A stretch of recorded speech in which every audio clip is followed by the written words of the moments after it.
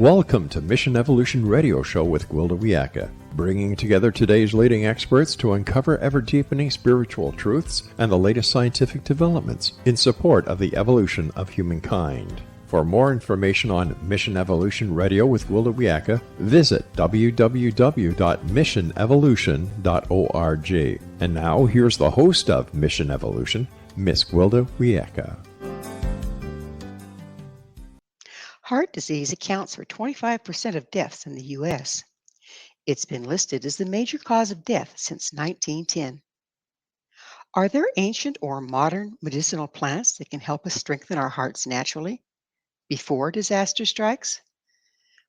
Mission Evolution Radio TV show is coming to you on X-Zone TV, www.xzonetvchannel.com, and the X-Zone Broadcast Network, xzbn.net.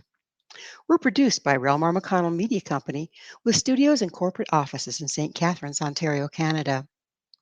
Joining us from Germany to explore medicinal plants and healing the heart is Dr. Wolf Storl. Born in Saxony, Germany in 1942 with a green thumb and a gift for writing, cultural anthropologist and ethnobotanist Wolf Storl has a special connection to nature since childhood.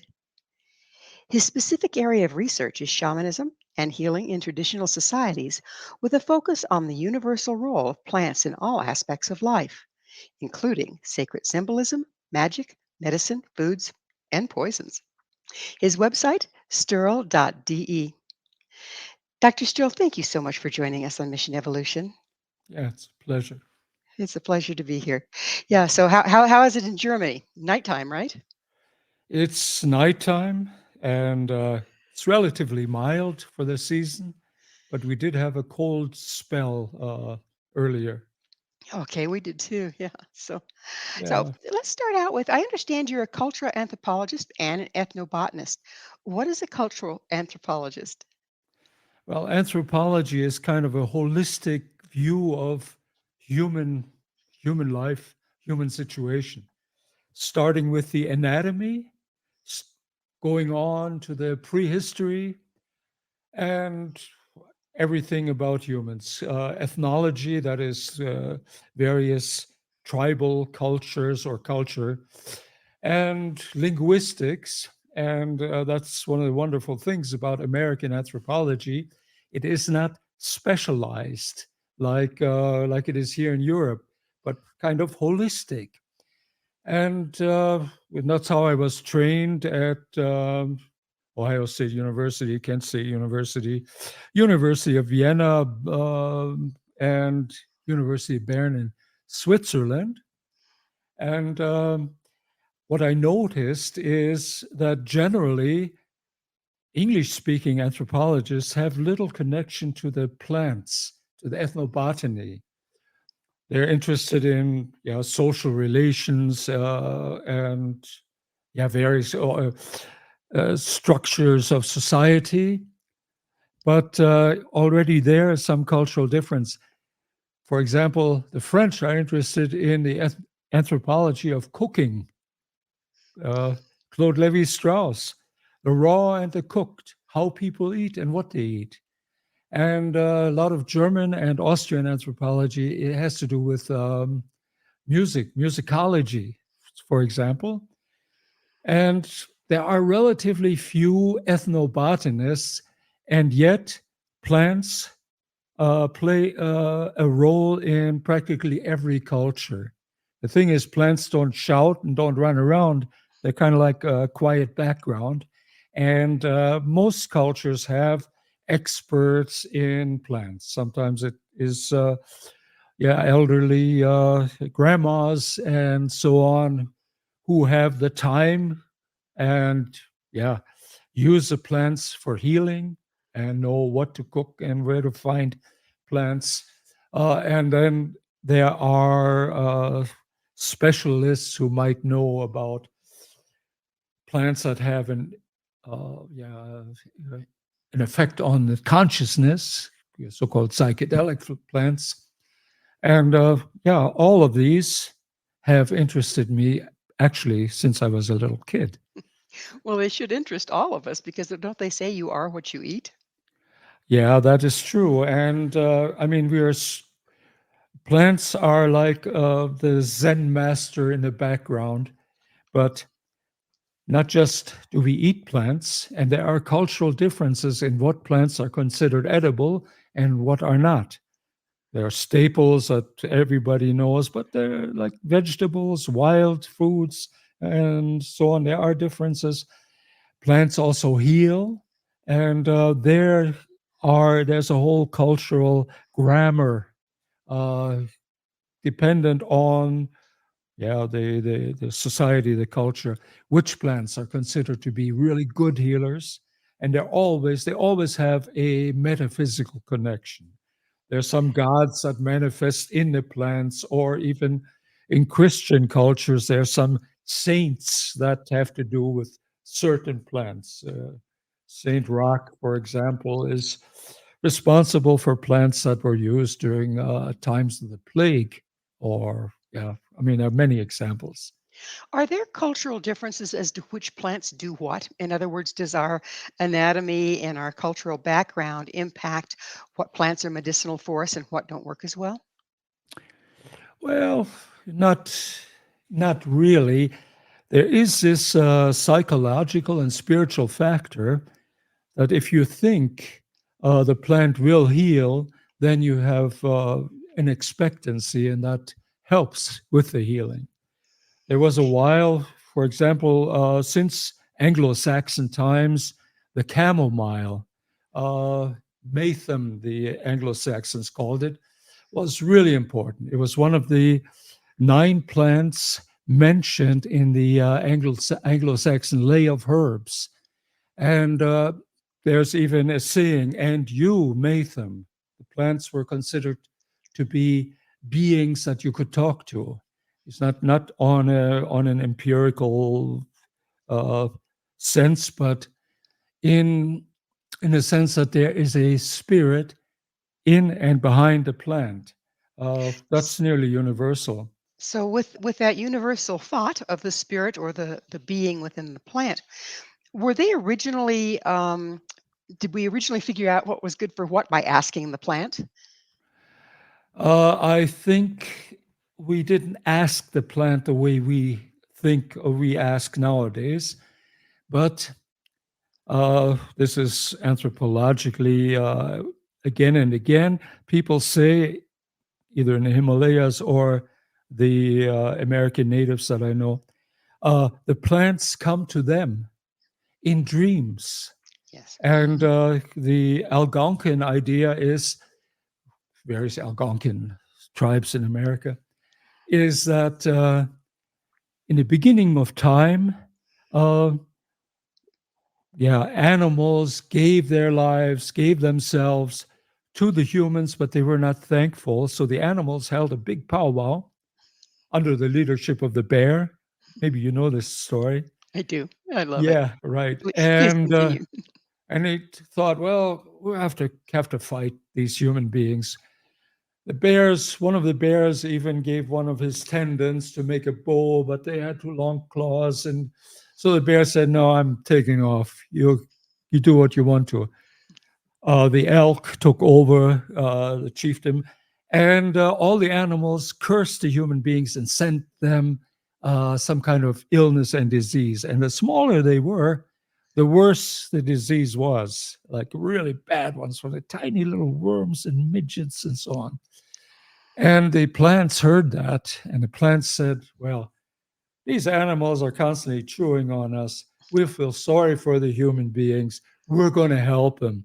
But the humans have to ask first, not that we just do it automatically. And so that's a big thing about the American native thing, that we ask the plant to help.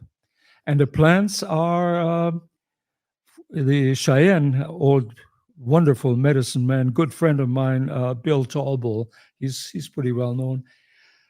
He said, "You think the active ones that we ask, that we research and pick the plants? No, the plants are the active ones. They see us and have compassion. Oh, this poor human being. That is like if you go I suppose in a new world to Mexico, here it would be Morocco or North Africa, and you see some dogs, with all kinds of scabs and so on, and what a cute little dog, I'll adopt it, and then you help it and heal it. Well, that's how plants are. They adopt us, and so we have natural plant friends. That's the Indian view. Of course, for us, in a modern world, in a scientific, objective world, that's nonsense. But native people, not just the American natives, they don't make an object of the plant, but they get mentally in contact. Like they go into deep, you could call it a trance, focusing on the plant. And then the plant on that level communicates with them. So then Modern, this yeah, so then this wisdom is passed down through the right. tribes, and eventually, didn't a lot of the plants that were used medicinally, weren't they the basis behind a lot of our medications today? Definitely, Hmm. definitely. And then we started synthesizing them. Not nice to fool Mother Nature. Mm, yeah, and that's ta- reductionism. yeah, and And often, taking yeah, out the constituent parts that help balance, and then you end up with a lot of side effects. that's right. That's right. It's a synergism. It has to be balance. Apparent ingredients that seem to be inert are really, they're really part of the complex. For example, talking about a heart plant, the Crataegus, that is the hawthorn, it's one of the best heart plants. A very famous doctor, botanist, Rudolf Weiss was his name. He did the analysis. He said there are some 400 components, and many of them, seem to have no effect. Yet Crataegus or hawthorn works only when they're all there. You cannot synthesize the effect. That's why you have to take the whole plant, either as a tea or as a extract. Wonderful. It strengthens the heart. It helps the blood circulation in the heart and strengthens the heart. As it's one of the very best. Yeah. Well, it's time for us to take a station break. Dr. Sterl and I will return shortly, so don't go away. All right. This Okay. is Mission Evolution, www.missionevolution.org. Can ancient practices heal the heart? With us this hour discussing plants that heal is author of The Heart and Its Healing Plants, Dr. Wolf Storl. Doctor, so we were talking about how the constituent parts of plants are almost, if not more, important than the active parts. And so the other question I have for you along this regard is, plants are not, one of the complaints is, well, they're not consistent. That every year the chemistry of them changes slightly depending on the growing season. But does that not also align with human beings as we change from season to season each year? Exactly. We're not robots. We are living beings. We adapt to the situations that we find ourselves in, and it's not a mechanical relationship. When you take a healing plant, the body, or we choose, or the body itself can choose what it needs and ignore other parts that are within the plant. I mean, it's a dynamic living relationship. It's not a mechanical relationship. It's not like a billboard. You give one impulse and the ball just, I mean, billiard board, that the ball rolls and so on. It's living, it's living processes. And And as we humans have always since the beginning of time used plants to heal themselves. And it goes to even further back to that the animals, this is proven in the meantime, the animals have knowledge of the plants that heal them.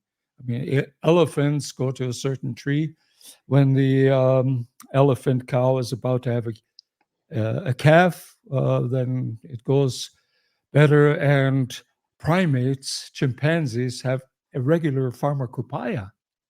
And some of the plants they take taste bitter. And at a certain time, when there are like parasites in the intestines, they roll it up and swallow it. Oh, they don't want that. And this is even basically cultural. The young chimpanzees learn it from their mothers. This goes evolutionarily. It's older than our species. I've heard of there was a couple cases actually in the States here where a farmer had a horse that had really bad cancer, and he sadly put him out to pasture to die. But instead, the horse went around and ate plants that he normally didn't, but was clearly drawn to the ones that healed him. And I believe the farmer actually made a concoction trying to help cure cancer in people. So how are they drawn? I mean, sure, there's the genetically passed down, the epigenetics and whatnot, but how do they tell?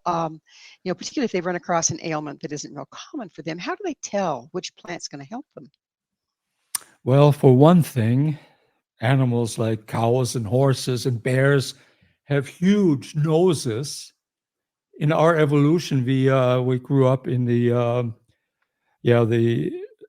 forests, and there the sight was more important, and our ability to smell kind of it receded. But normal animals, a bear can smell.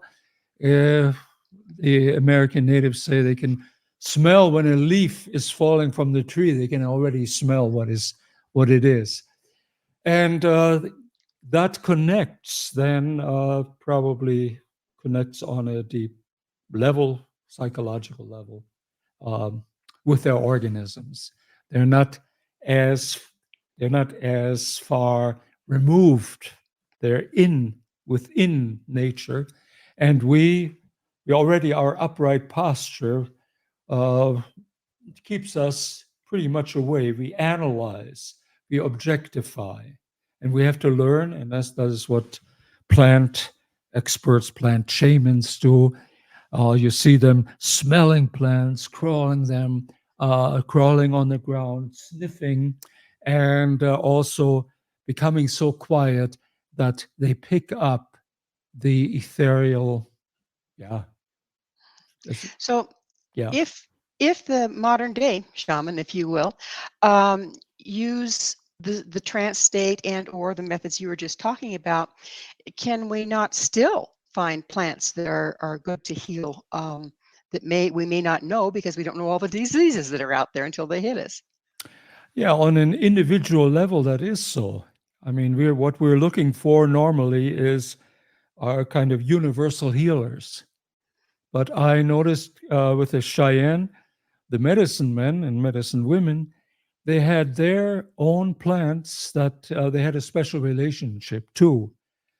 Either they inherited it mostly from the matrilineal line, they inherited it, or they had the spirit vision personally. And many times they didn't even share that. They didn't want to share that. Or the Ojibwa, the medicine lodges, they sometimes put perfumes or scented leaves with their medicine bags so that the rivals or others would not know it. And the thing is, we're generally looking for universal cures, and there are plenty of normal plants, sage or chamomile or garlic, which are used by the whole tribe or generally. But for specific and heavy situations, maybe, this is what I learned with the Cheyenne, maybe there's just one shaman, a medicine man, I would say, or medicine woman that has the answer. And when a patient comes or a sick person comes and says, "Oh, please, here, I'm bringing you tobacco, please be kind and heal me." And he or she goes inside themselves And then they say, no, I do not know the spirit of your sickness. Go to someone else. Go to so and so. They can heal you. I mean, these are kind of other medical systems, and we kind of have in our modern culture still the idea of monotheism. There's only one God, there's only one way to heal, but really there are many, many powers, and there are many, many ways to heal, many very different practices and plants. It seems like Western medicine looks for a way to abolish, get rid of, remove an illness, and you're Yes. more indigenous. Aren't they looking more to bringing the person back into balance by bringing the counterbalancers through medicinal plants? Right. You can say that that's pretty much the case.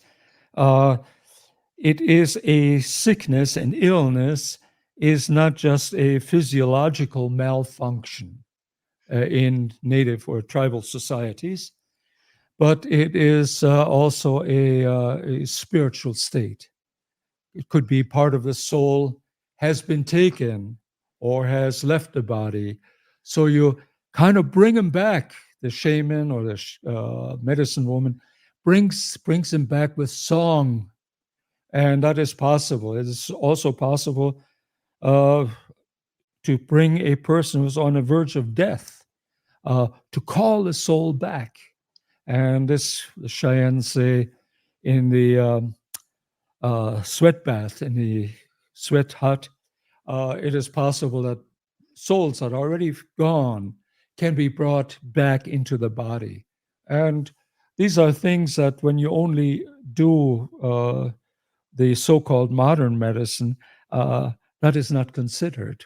We have a mechanical or a mechanistic view of the body of the human.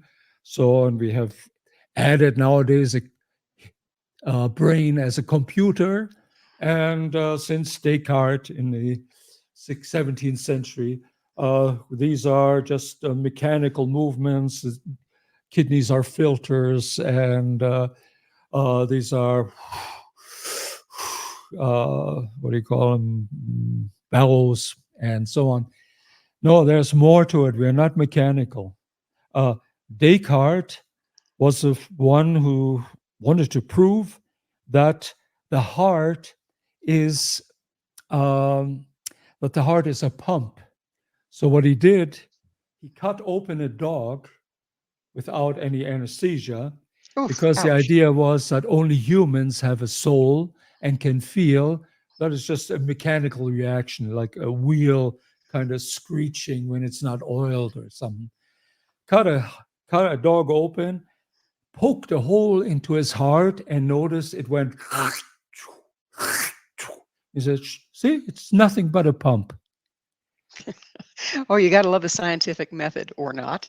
So if we're say we're here in the Western world, we're here in the modern world, and there isn't a shaman on every corner. There isn't a person that's trained in soul retrieval on every corner, but we do have access to herbs. How can we figure out which herbs are going to help us, and how much can they help us if we don't also add the mental, spiritual, and emotional Mhm. components? Well, partially. Sometimes you have a grandma who has an old recipe that has worked for the family for a long time, and also the care that she would have for the person. All those are healing factors. It is not really either or. And there are pretty good herbalists in the States. I've met a lot. A lot were interested. There was a retreat in Anaconda, Montana, just a few years ago, and I was invited. And it was like almost an underground meeting of healers, but these were really healers. And there were also a few American natives there. And there is, and some of them have written pretty good books. So there is some literature available, but there are circles where people are using herbs. I mean, herbs using herbs, using plants, is nothing exotic. We have used it since the beginning of time, and all cultures, and I'm saying that as an anthropologist, all cultures know healing plants, and we're kind of the exception. We think it has to be some kind of chemical, synthetic stuff that would work better, but that's not so. There's a lot of what do you call it, buffers in the normal plant, and where often you've already mentioned that the synthetic products have a good shelf life. That's true, but and you can make a little more money with them, but unfortunately, they have too many side effects. Absolutely, they do. Yeah. Well, it's that magic moment again. We're going to have to take another station Okay. break. Dr. Storl and I will be right back to continue this discussion, so stay right there. This is Mission Evolution, www.missionevolution.org. Can one really die of a broken heart? This is Mission Evolution, missionevolution.org. With us discussing the complex issue of heart ailments is Dr. Wolf Storl. His website, sturl.de.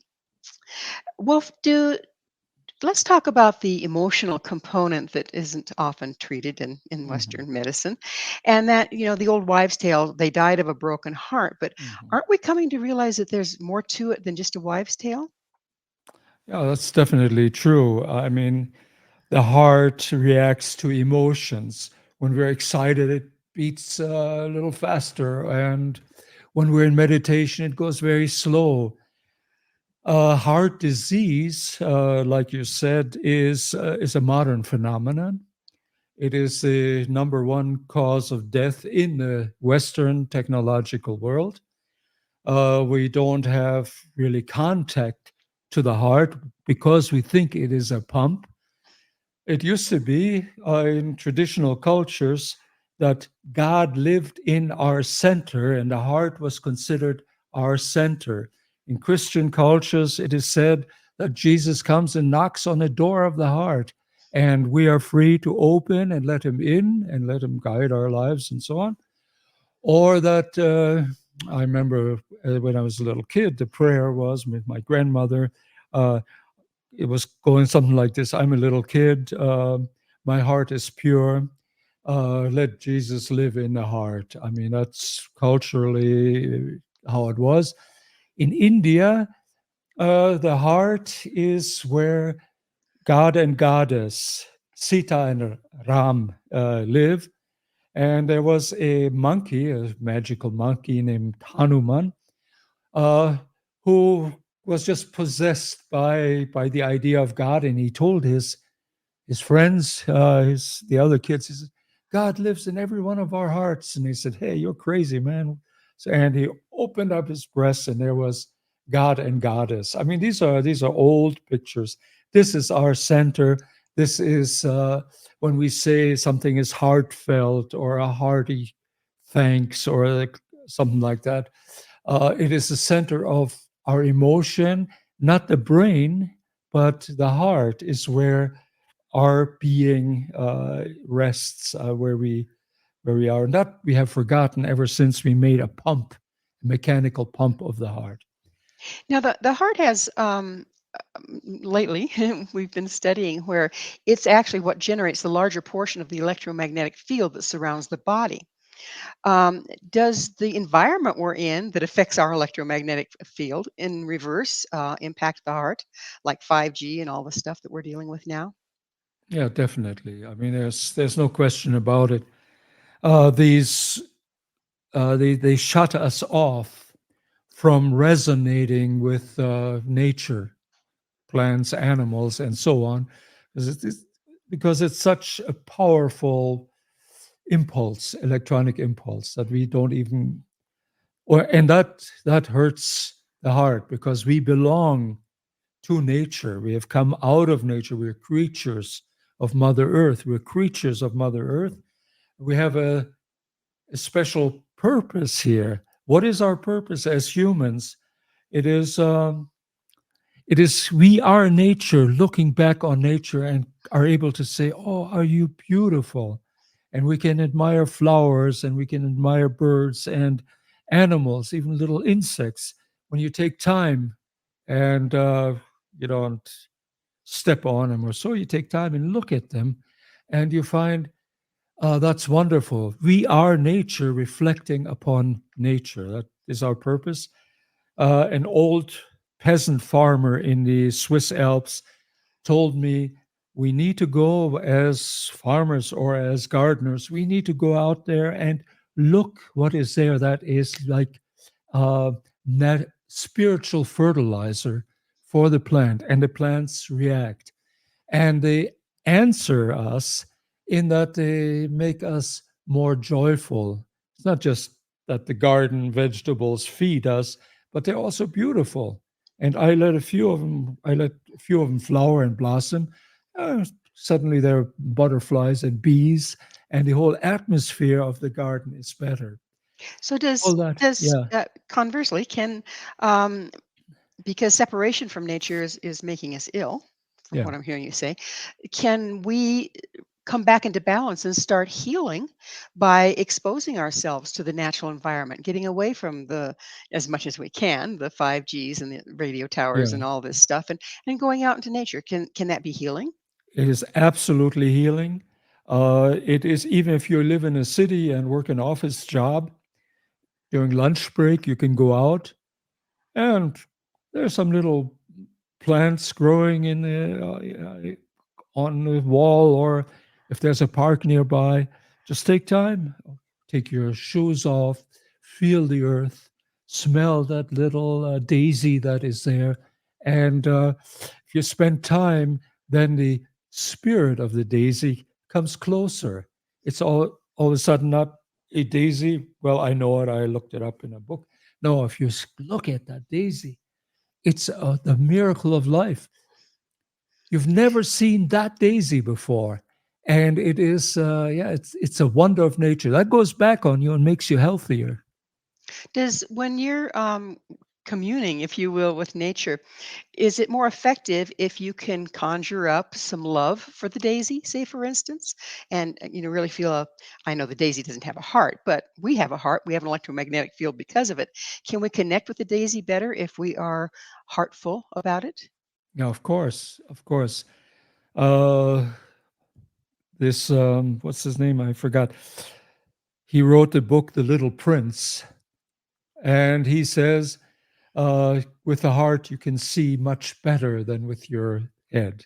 Mm. And that is, so we need our head. We need to be able to think clearly, function, but we should rest in our heart, and we should take, yeah, time just to quiet down. And nature is not just, they're not just objects.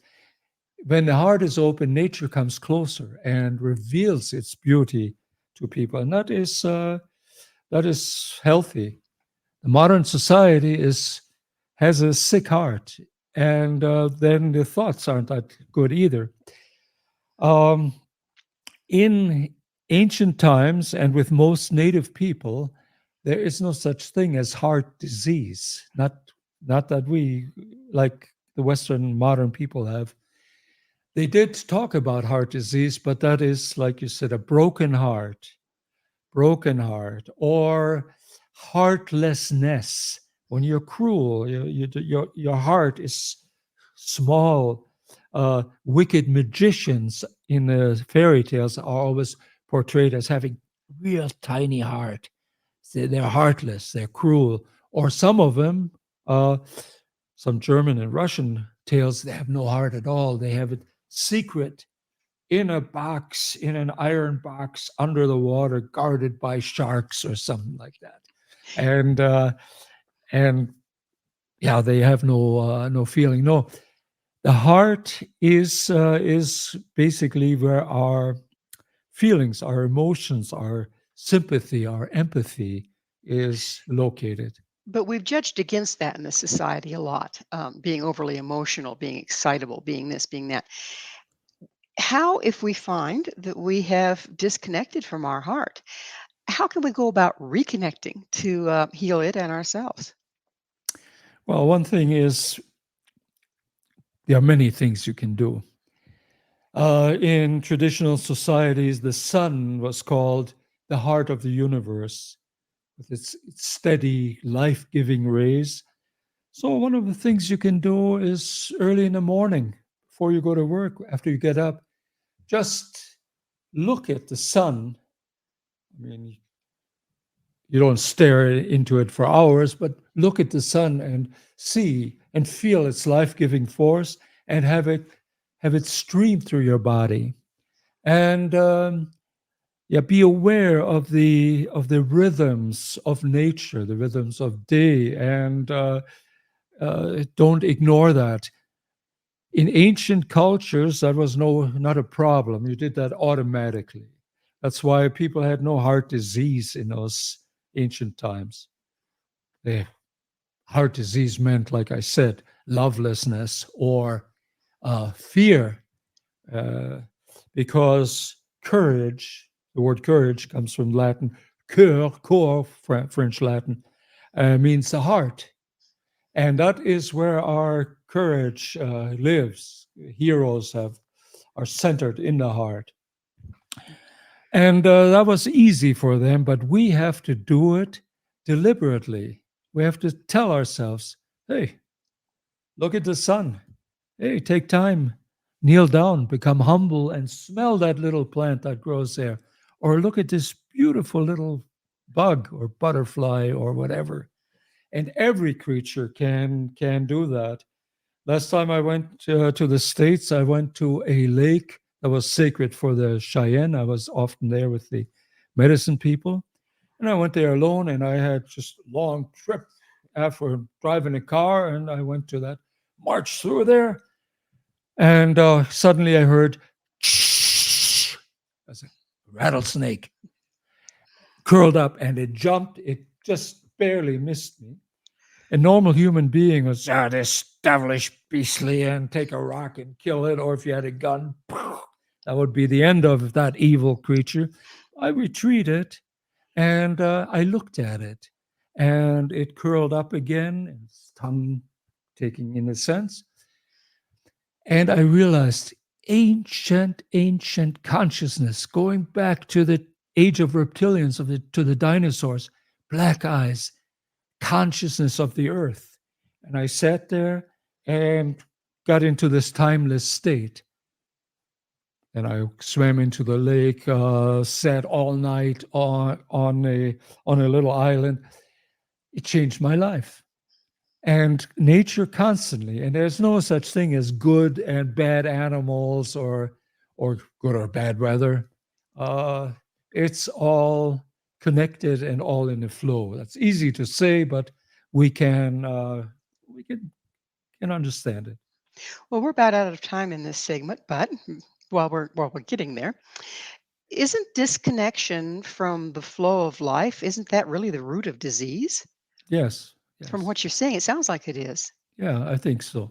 Yeah. I think so. So, And then there are, of course, we are mortal beings, and you're born, and when you're older, like me, for example, I notice, yeah, well, old age has its good sides. I can think very far. I can look very far into the past and have experience and know what young people can't know.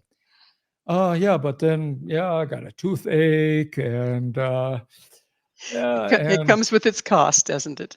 right, right. But that Well, is also a gift of, I would say, of the gods, that we can experience that too, because that makes us compassionate.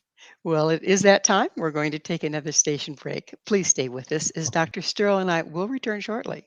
This is Mission Evolution, www.missionevolution.org.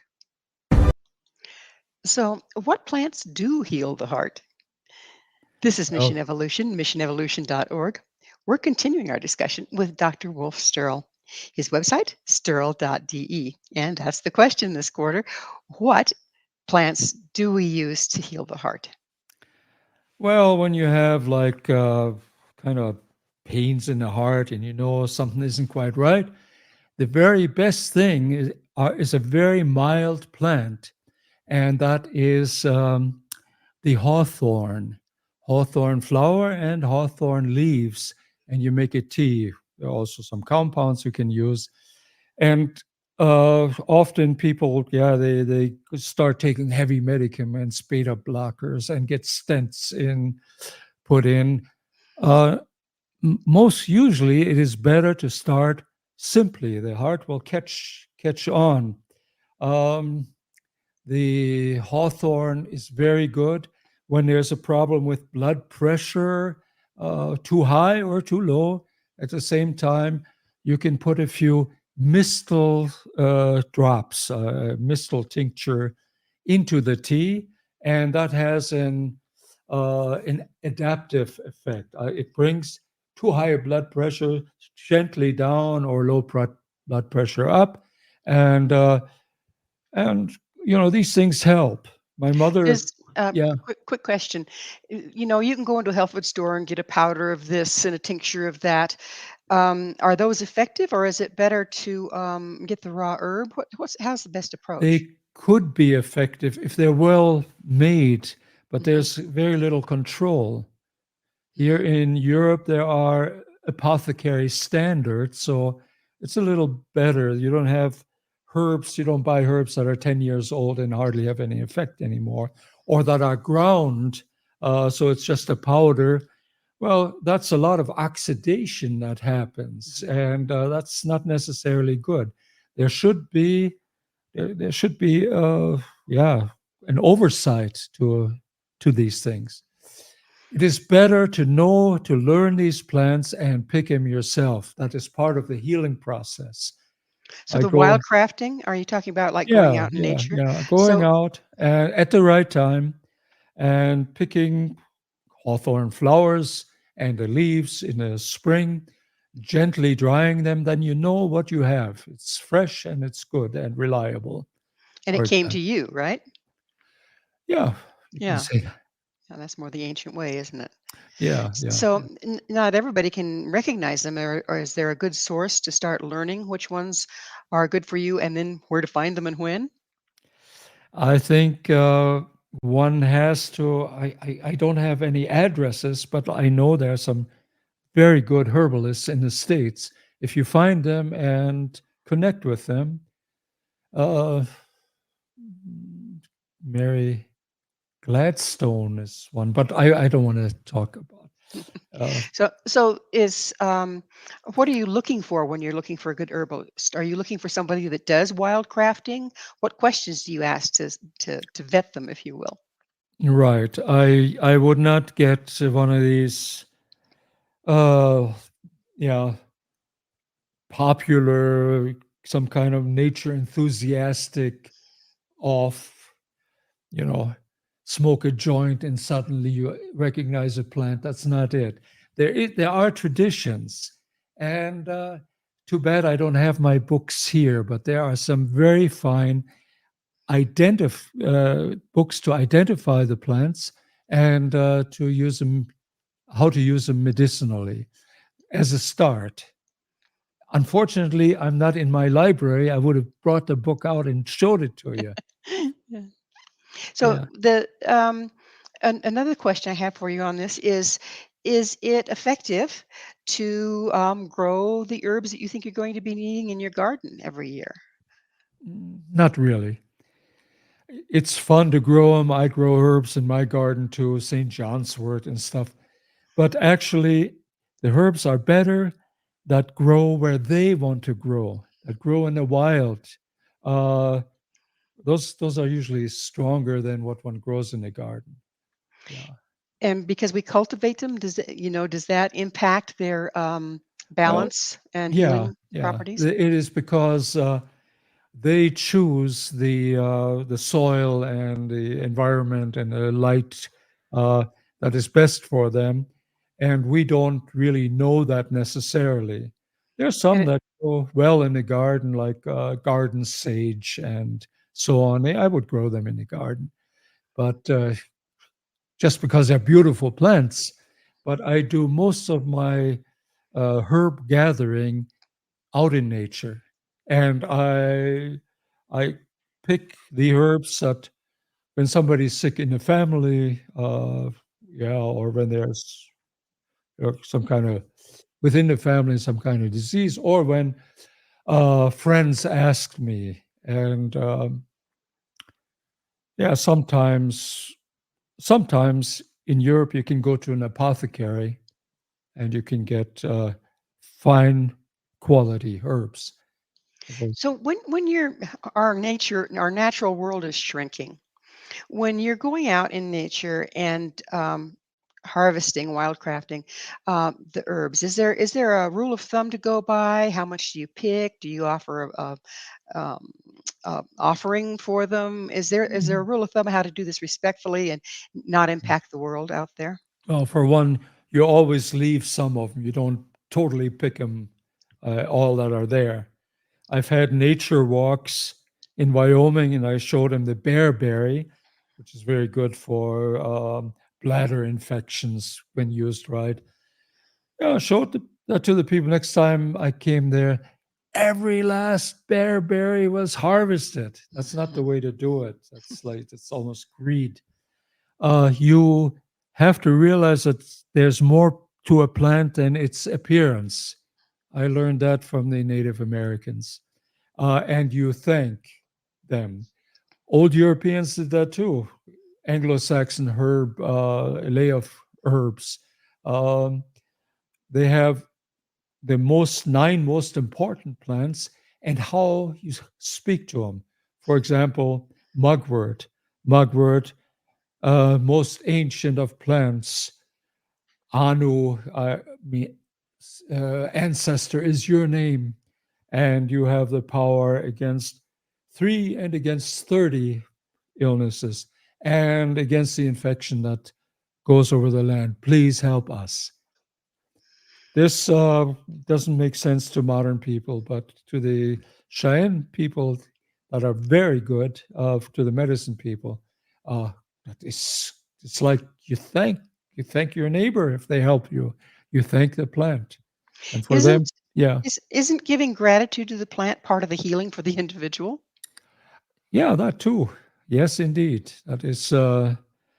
If you think of it just as a compound of chemicals, uh, already psychologically, you're not as good as in a shape as when you realize that these are beings that have the ability to give you healing information.